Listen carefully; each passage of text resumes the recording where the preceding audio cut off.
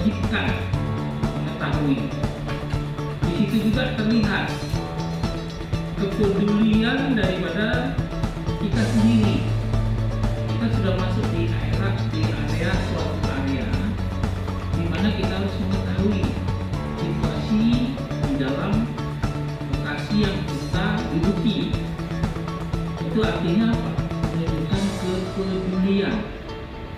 Kalau kita sudah kepedulian, artinya sudah menampakkan kecintaan kita pada